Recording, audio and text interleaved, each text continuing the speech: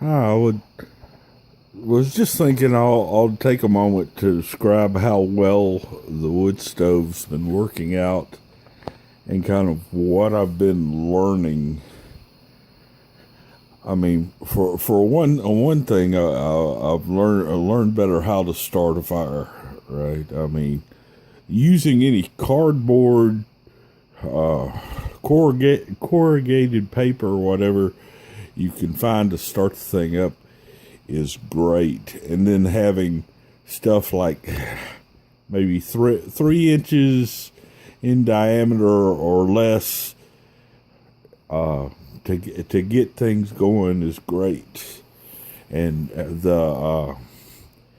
then you put stuff like 3-4 inch diameter stuff on there to establish a bed of coals.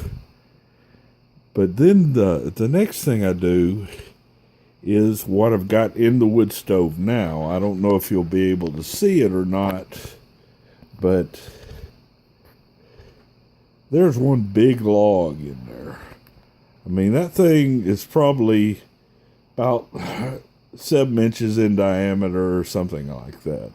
But what I do is once I've got a good bed of coals established, I stick a huge log in there.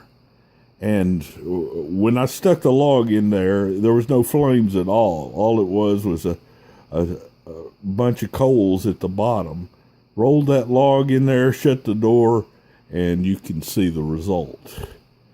Well, the good thing about using a huge log like this rather than splitting it up is it'll last longer. It's only got so much surface area to burn. And this wood stove, I mean, I think it's rated like 12,000 BTUs, and it's supposed to take 18,000 to heat my house. But I got a bedroom I don't use and keep it closed off most of the time, and just use it to kind of regulate the temperature, right? When things are starting to get too hot, I open up that bedroom and heat it too. So I don't need this thing burning all out all the time. I need it to last a little bit longer. So that's why I put the big log in there once I've got the coals established. And save the smaller stuff just for getting things started and establishing a nice bed of coals.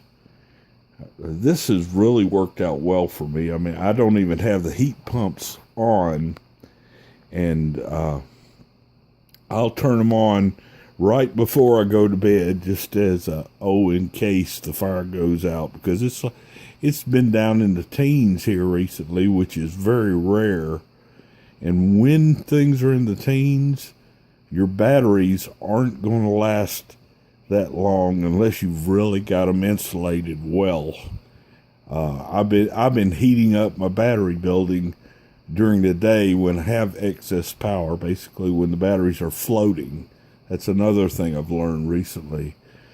But it's still, the building's still going to cool down. It's not well insulated.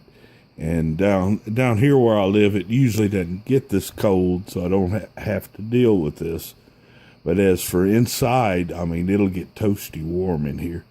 When I get this wood stove going, I really have trouble keeping it below 80 inside. Getting this wood stove is just a must.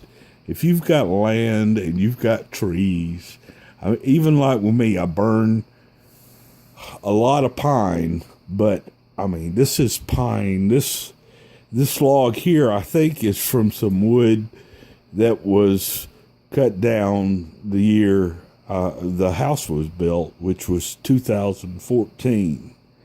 I give it plenty of time to dry out, so it's not too bad. So far, I've had to have the chimney, the stovepipe, cleaned once a year, and it's good.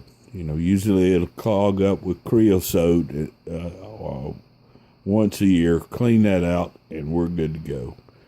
Just a few tips. I hope these help. Take it easy. Talk to you later. Bye-bye.